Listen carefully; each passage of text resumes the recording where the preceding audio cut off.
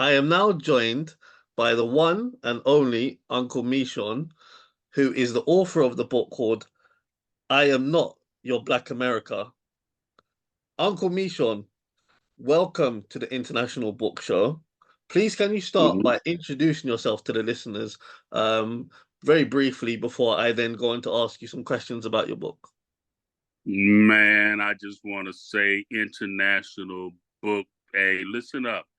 I've been looking forward to this ever since you and I made connection. Yes, I am Uncle MeShorn. My birth name is MeShorn T. Floyd Daniels. Originally from Miami, Florida. Married for 28 years. Two children that I have influenced, one male and one female, one in Duke University, one from Western Kentucky, retired military of 21 years, senior non-commissioned officer, East 7. I initially was a cook, then converted into a surgical technologist that I was for 40 plus years as a surgical technologist. Currently retired here in Louisville, Kentucky, as a surgical technologist, and now I am living the life as an author with my new book. I'm Not Your Black America. I'm ready for the interview, bro. I'm excited. Well, that's what we're here to talk about your book, I Am Not Your Black America. And, the first thing I'm going to ask you is, what does that term Black America mean to you, and why do you refuse or reject to be labeled as, Black American? Well, very good question to ask me up front, because that's what everybody want to know. When people look at me, they obviously say, "What's wrong with him? He's he's black. Why won't he want Or I go through all that. So that's a very good question to ask. So the best way I can answer that is that I myself did not tell myself that I wasn't black initially.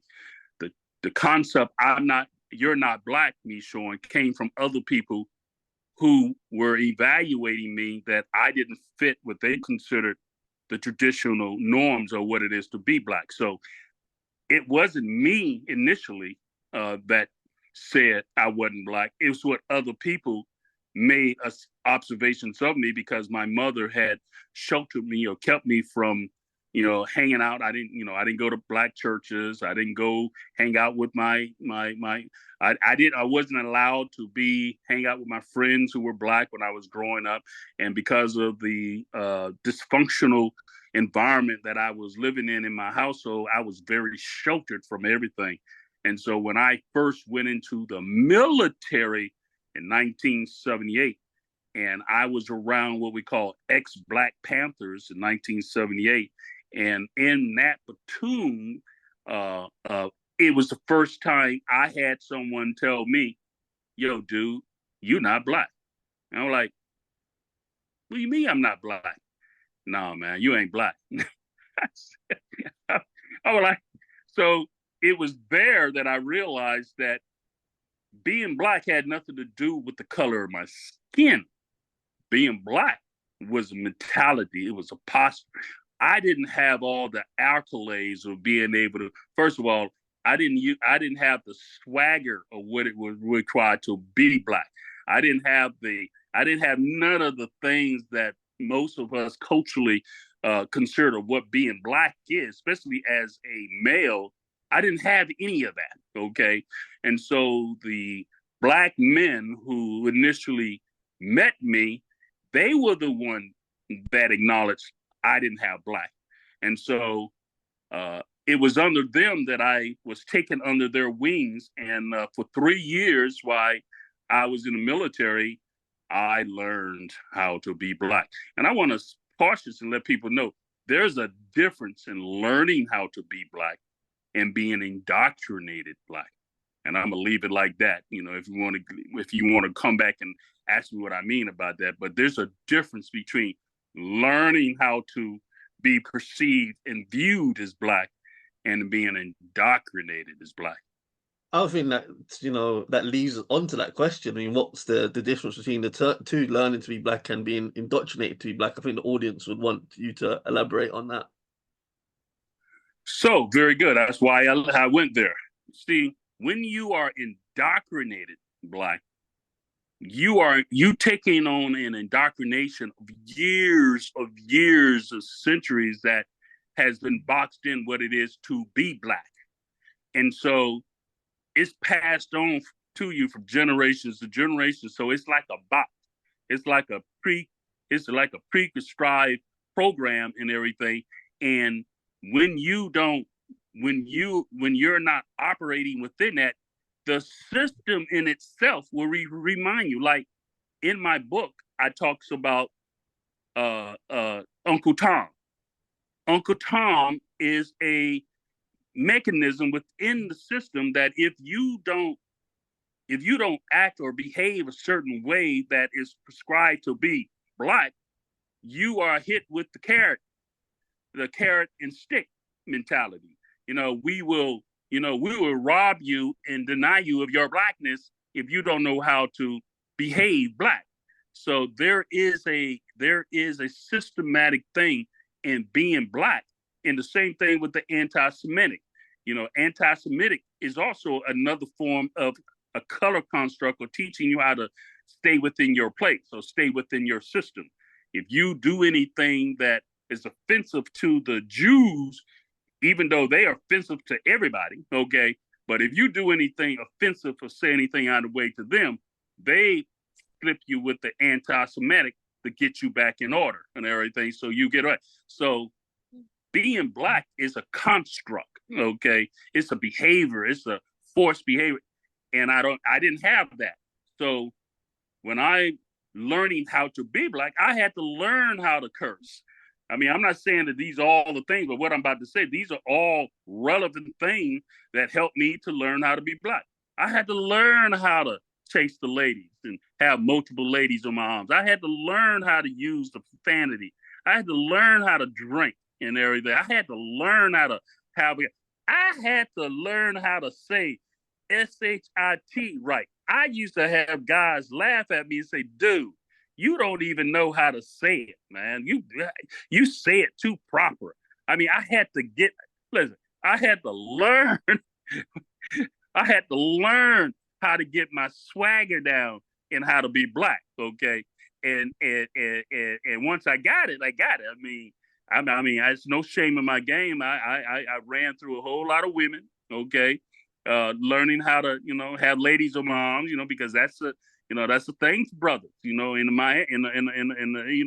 how you run with your ladies and everything. That's a thing. How you hold your liquor and how you smoke a little weed and even sow some dope and everything. So yes, when I say that I learned how to be Black, I went in there. But here's the interesting thing I want to tell you. I changed my MOS out of being a cook, and then I went into because I wanted to improve myself, because I did notice something about being Black, that there was something that I didn't necessarily agree with. I wanted to achieve and accomplish some things, so I decided that to change my MOS and become a surgical technologist. Now, I had no idea that once I got out of and got to school, becoming a surgical technologist. I don't know if you know what a surgical technologist is. It's assisting doctors in surgery and everything. Well, when I entered into that field, guess who was no longer in that environment? There were no Black people. Do you hear me? There was no Black people in that environment. Uh, and the only Black people that were in the environment was housekeeping, very auxiliary individuals that supported. But I was a surgical technologist in the environment where, when I initially entered that environment, I actually passed out in the operating room because I had never been in such an antiseptic smelling, clean environment of an operating. Have you ever been in an operating room? No. Never been into an operating room. Well, an operating room is cold. It smelled differently. And the first operating room that I went into, when I walked in there, I was blinded by the lights, the smell, and all this whiteness. Ooh, Lord. It was so overwhelming to me, I passed out. This is in my book. I talk about it. But after I got through surgical technology school and became good at it, and became real good at it that I didn't realize that I had. I didn't know that I had such skills. I became the Michael Jordan in the operating room. Just keep it 100. I excelled in the environment. So because of my military training and everything, I excelled so well in everything that I wanted my money, my education, and everything. I wanted to do what they were doing. And I was married to my first wife. She used to say, "Why are you trying to be white?" I'm not trying to be white. I'm trying to be successful. I'm trying to go after, I'm trying to hang out with these folks. I don't know none of this stuff. And so when I was hanging out with some of my American European friends, notice I say that I don't use white anymore. I'm only using color and white for your benefit, but I use the terminology in my book, the American Europeans or the dominant majority. But when I was hanging out in their environment, want to always hang out where they were going. I remember the first time I was hanging out with them, I was out at a party doing some things, and they like, "MeShorn." There was the second time. Here it come the second time. "You're not black." I'm like, "What the hell you mean I'm not black?" So now I got to hear it from their perspective of why I wasn't black. Okay. From them, they were saying I was operating out of my place. You what up? You hanging out with us. So it was a real eye opener. So they didn't know that I heard it first. This is like the second time I heard. So it was through all that, and then me being in a lawsuit that caused me to title my book, "You know what? I'm not black, America. I'm Uncle MeShorn. I'm an American descendant of slaves." Now I'm gonna come in, Uncle MeShorn, and I wanted to know how you felt, or how difficult it was for you, growing up, because your physical appearance, everyone would say, "Oh, he's black," by looking at you physically, and that's what obviously how you fought into a certain period of time, and then people telling you that you're not black, you're not this, where physically that's how you appear, and that's how you felt you were at the time. So I guess black people guess rejecting you and saying, "Oh, you're not black," and then also having it from white people. I mean, and then you having to learn how to be black. So how did you feel, and how difficult was that for you? Well, the fact of the matter is, so you got to realize I had two phases. My first phase was first learning how to be received and accepted by those that I wanted to be received and accepted by those who look like me. So I went to a great effort to learn how to be accepted and received as down in my culture. I mean, so down that I've done things that I've done some things that is pretty dark to go down to be accepted. So once I had achieved it, and this is how you know you have achieved it. So there is a certain level of promotion in learning how to be accepted, and when others recognize you have officially or essentially achieved your black card. Okay. Well, when I was hanging out with the fellas, I was just a protege. Okay. And I used to have five guys that I hung out with. Snodgrass was kind of consider the head of the group. And then you had George, and you had Keith, you had Mosaic, you had Raphael, who was the Cuban guy that I hung out with, and then a Spanish guy. But I was just like the fifth wheel. When I used to hang out with them 2, 3 years or straight, learning how to mimic and hanging out with them was like, woof. It was like, I was like the protege under them. But eventually, my third year, military, everybody transitioning and everything. What happened is that I learned how to become my own individual. This is how you try. I became my own man and black. I had my own crew. I had people who was rolling with me. Okay. That's me. Yeah, I had become a ladies' man. I was listen, I had became my own status on Fort Campbell, Kentucky, that I had learned to establish that I was the man. And remember, I'm just mimicking how to be black. Still in myself, in my heart, I wasn't. I just want you to be very clear. That's why it was easy for me to transition as a surgical technologist in an environment where predominantly everyone was white, because I was only doing it to do what? I want to make sure you know why was I learning how to be black? I want you to understand. I need for you to say it to me. Why do you think I was learning how to be black? Because you wanted to fit in, you wanted to be what Except, black people would right? associate as being black. Yes, exactly. Didn't mean that I agreed. Now, I want you to, it didn't mean that I agreed with everything I was doing. Do you understand? Doesn't mean that I was all bought in. That's the indoctrination. Okay, didn't mean I was indoctrinated in everything that I was doing. I was doing it to do what? To be what? To be accepted. You see the difference? Completely. I understand. And I think you know what? By no means you'll probably be the only person. There'll be a lot of people that will say this, that will say that will have probably feel similar to you, is that they've maybe they was labeled as not black because of doing certain things, and they felt like just like you that they had to learn to be black and do certain things which are to kind of fit in. We are which are not necessarily black things anyway, but they're things that black people get associated with. But But do you know the terminology code switching? I didn't know. I discovered the word code switching writing my book. Code switching is what I was learning how to do. And I didn't know that.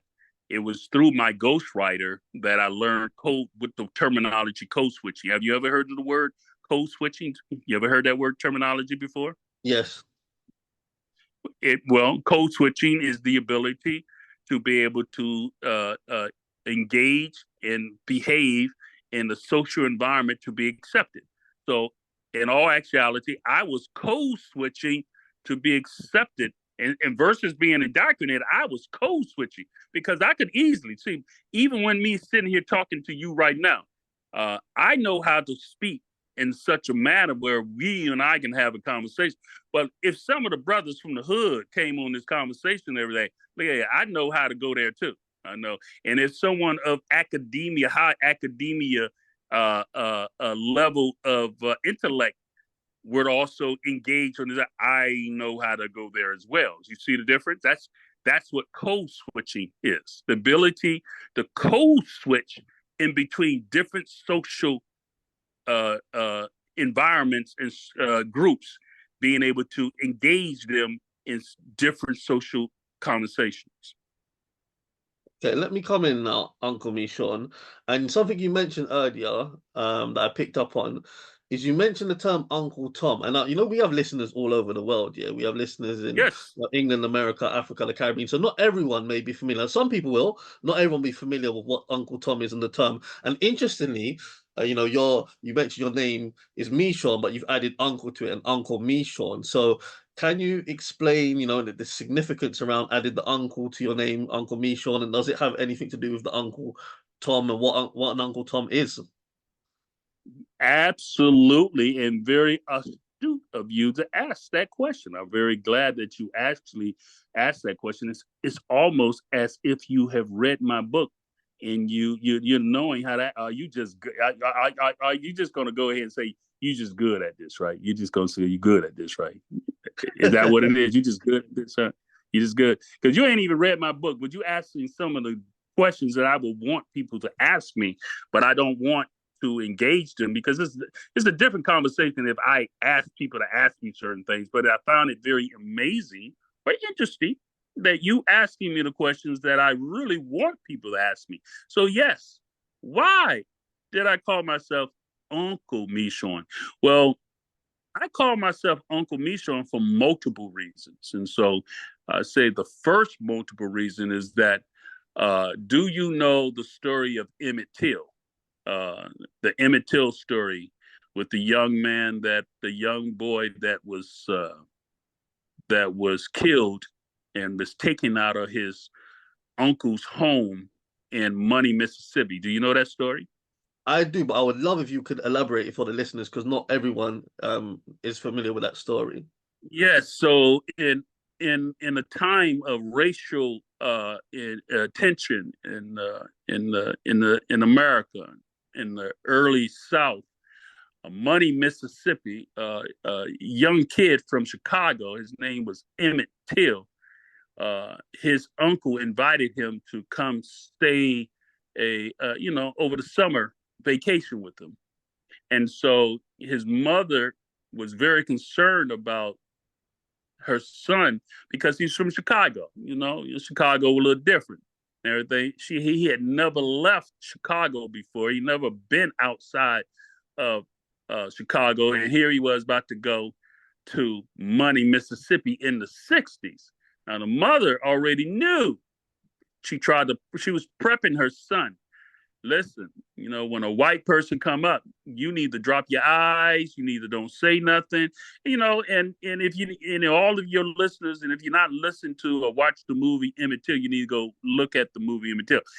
The mother was wholeheartedly trying to prepare her son for going into an environment that he had no clue about what he was going into. But he was so pressed, and the uncle was so welcoming to bring him to Money, Mississippi. So Emmett Till goes to Money, Mississippi, okay, and he's hanging out with the uncle's sons, and they mess around. And this is like after they've been there for a while. They were messing around and go into the town, this little town, little store, and all of them go into the store.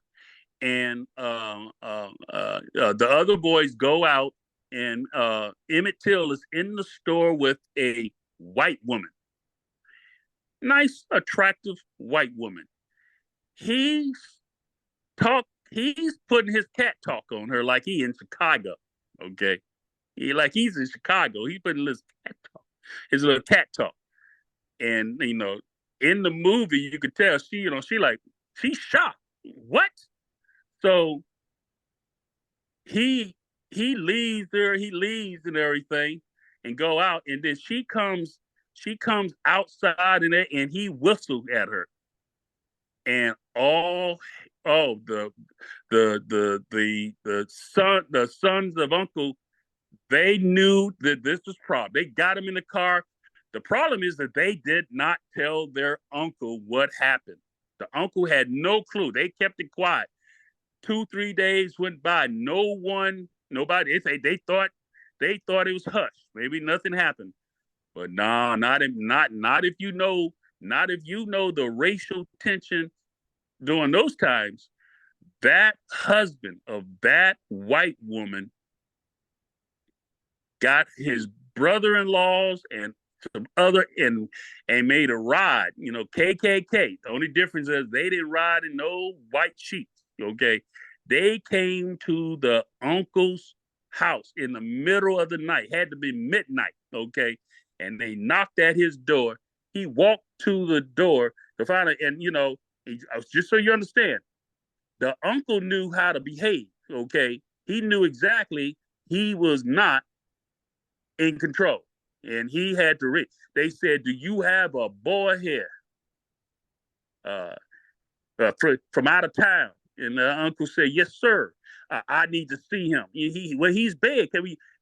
They made it be known that this wasn't a courtesy call. This is a you. And then they just walked in the house. Can you imagine someone today just walking in your house? They just walked in the uncle's house, went to the bedroom, found the little boy, took the little boy out the house, put him in the truck and everything, and drove off. The reason why I name myself and I tell this story, because everybody tells a story about Emmett Till from the mother's perspective, but no one tells the story from the uncle perspective. The uncle, how that uncle must have felt he could not protect his nephew.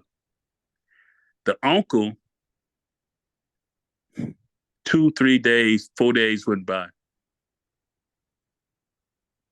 Emmett Till was finally found. They found him in the river.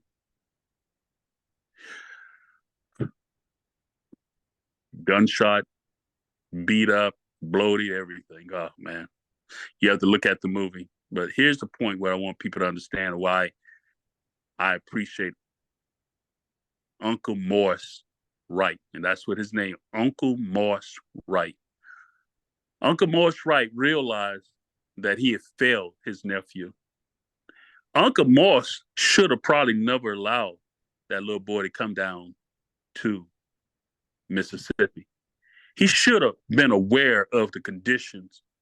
He should have had enough astuteness to be aware that he wasn't in control of nothing. He could not protect that little boy in Money, Mississippi. So no one talks about this part of the story. And this is why when I saw this movie and I looked at it 5 times, it was part of the reason why I called myself Uncle. The Uncle Moss sent his family away from Money, Mississippi. There was a trial and everything. And Uncle Moss went in the courtroom and he pointed out these men who came and took the boy out his house. He pointed them out. He pointed them out, called them out, and he stood there right there and named them all that they were the one. And on an all-white jury, the 2 men was not found guilty. Money, Mississippi, he left Money, Mississippi, and never to return. But he never was killed. He was never lynched. He was nothing. Let me explain something to you. That is not historically the truth of what happened when you have done such a thing to white men during that time. Uncle Morse Wright should be considered a hero, and Emmett Till should be considered the Jesus Christ, the sacrifice. That should have been the movement that we should have been talking about. It should have been all men standing there with Uncle Moss. There was nobody standing there with him. That man had to go in that courtroom by himself because everybody was fearful of the times. And so I honor Uncle Morse Wright by calling myself Author MeShorn. That's why I call myself Author MeShorn. I want to honor his life. I want to honor what he did for to stand up to try to do the right thing for his nephew. So I hope I wasn't too long-winded, but that's the primary reason why I named myself Author MeShorn. Okay, understood. So I'm going to go on to my next question now. And thanks for the explanation, by the way. I'm now going to ask you is, now you clearly don't identify yourself as Black American. And now based on, your story and what you've been explaining, I think some of the listeners would, would understand, why, or some of them may, understand a bit why. So how would you identify yourself then? Again, look at you. Just a great question. So obviously, if I'm not identifying myself as Black, so who am I? Well, who am I willing to identify myself? So doing the researching, doing the previously, before I even did the researching of my book, I was introduced to this gentleman called Noah Shelton. And he's considered Dr. Noah Shelton. He wrote this book called America's Little Black Book. In 2005, 2006, I read his book. And because I was already struggling with the color identity anyway, and I didn't like African American because I'd never been to Africa, it didn't make sense for me to call myself African American. So I didn't like that terminology. So it was in his book, America's Little Black Book, that he brought out that we're neither Black, Negro, or African Americans, or the NIGGER. He was saying that since 1619 to 1865, we were American slaves. I'm a pause. American slaves.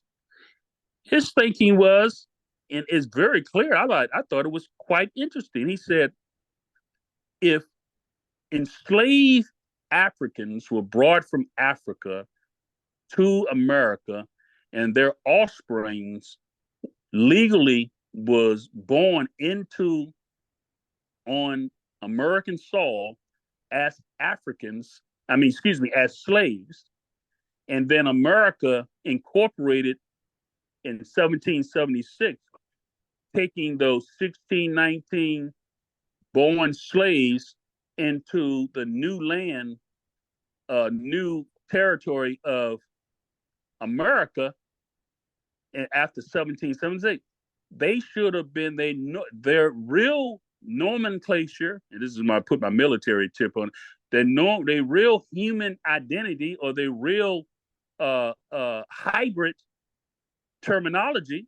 And the reason I say hybrid is because the slave owners of the 15 original slave states was breeding and manufacturing slaves. They didn't separate the tribes from all these different Africans coming from Africa. They put them all together. So they created a whole new hybrid of Americans, American slaves. And so when you consider from 1619 to 1865, June 10th, that's American slaves. And then 1866 to 2019 is descendants of American slaves. And when you consider 1619 all the way to 2019, that's 400 years. 400 years. So I currently realize that now that 400 years right after 2019 COVID hit. Now I found it very interesting that it's on the back of my book. I talk about this. Do anybody find it interesting that during COVID, the reason why economics and what we call wealth was built in this country came off of slaves? Anybody find it interesting that 2019 we had a COVID-19 with all economics of all type across the whole world was shut down, and from 1619 to 29 will be 400 years that my ancestors was in America. That sounds biblical. That people will be able to, people will wander for 400 years and the land is not theirs, and eventually, after 400 years, they will come to understand who they are. I don't know, but I think it's pretty interesting that 1619 to 2019 marks 400 years, and the whole entire economy around the world shuts down, signifying, in my opinion, slavery. Slavery, honoring the first ancestors. And then once I peaked that, I started saying, let's put America first in our terminology and call ourselves, and who I identify myself as now, American descendants of slaves, ADS, ADOS. So I identify myself as an American descendants of slave, putting America first, wanting America to pass new legislation striking down color. And that is the reason why my book is to bring attention to strike down color throughout the United States, where we will no longer be identified by color, but we'll put the country, America, first. So all those who want to identify themselves as white, they be Americans. No shame in that. I ain't mad at them. But all of us who wants to see ourselves identified as those born here on the soil of America, we are American descendants of slaves. What kind of feedback have you got from the book? Oh my, I've gotten beautiful feedback. You could actually know the feedback I got by just looking at the going on my page and seeing the interviews that I've done. I and what's so beautiful about it, every time I have these type of interviews or I engage, I get more people very much interested in. Matter of fact, the beautiful part of this that every time someone reads my book calls people to think outside the box and is doing exactly what I wanted. And I let people know right up front. I wrote my book as therapy for myself initially. And then because of my ghostwriter, who was a 25-year-old, very literature, very academia young man, he felt my pain when I sat there and talked to him about all the things that I went through. So my ghostwriter, really, him and I just gelled and just synergy. Oh my God. And it just none of this will mean anything to you until you read my book, because I talk about this in my book, how me and my ghostwriter gelled and he helped me put this together and everything. And my book actually a therapy, not solely for myself. I've discovered, but the responses that I'm getting from everybody, it seems to be serving even the multitude of people who have read my book and everything as well. Well, we're going to be coming to a conclusion of the interview soon, but before we do that, I'm going to ask you to tell us where your book can be purchased from, and etc. But what I want you to do is, if there's anything that you haven't mentioned in this interview that you would like to comment on or say, that's in your book, or just general comment that you have, yeah, please, just give us your final comments. Well, I appreciate you asking that question as well. If if if I can help anyone to maybe say, interesting, uh, I want to learn more about this. Here's where I would ask you to immediately understand why you ought to read my book. If you realize culturally, we as a demographics of people, the color construct was something that was manufactured since Jamestown. I want you to understand that doing the study in my book, I discovered, if you never knew this, Jamestown, Virginia, baking rebellions, Nathaniel Bacon was a revolt. And the concept of whiteness was put into place intentionally. Intentionally. The color construct is a man-made concept, totally manufactured. And my demographics of people was not able to defend themselves against it. So when I discovered that, and I'm a military person and I'm a medical person as well, I realized if something was manufactured and created, that means it can be struck down. It means it can be removed. And when I understand what a virus is known by you have to return to the original origin so you will know how to treat the virus, because what's known at the original origin is the antidote of fixing the problem. So fixing our problem of color is returning to the very fact that color was an intentional thing, bred, intentionally deceive people out of their birthrights, birthplace, and inheritance.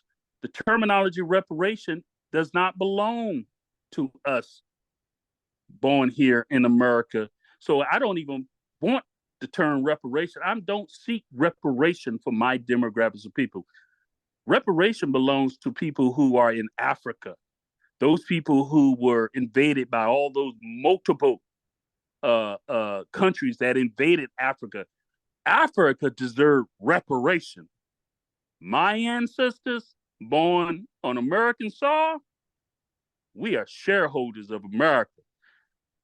I hope you understand we are in search of our birthplace, birthrights, and our inheritance. And that's what, if you don't understand anything else, I want you to get the language right, get the username right.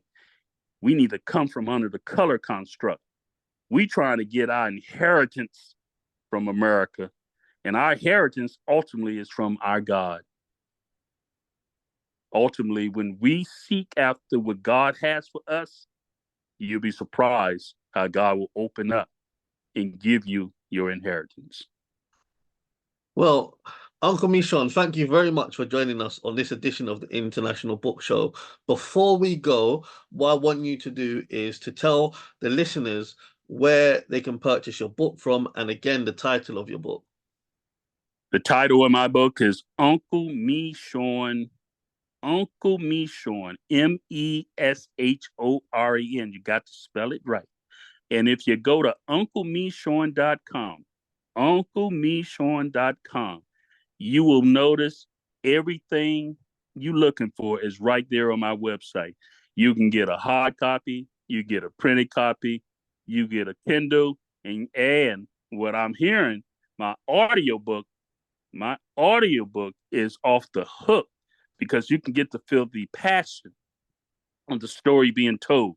So again, UncleMeShorn.com is where you can get my book. Thank you very much, Uncle MeShorn.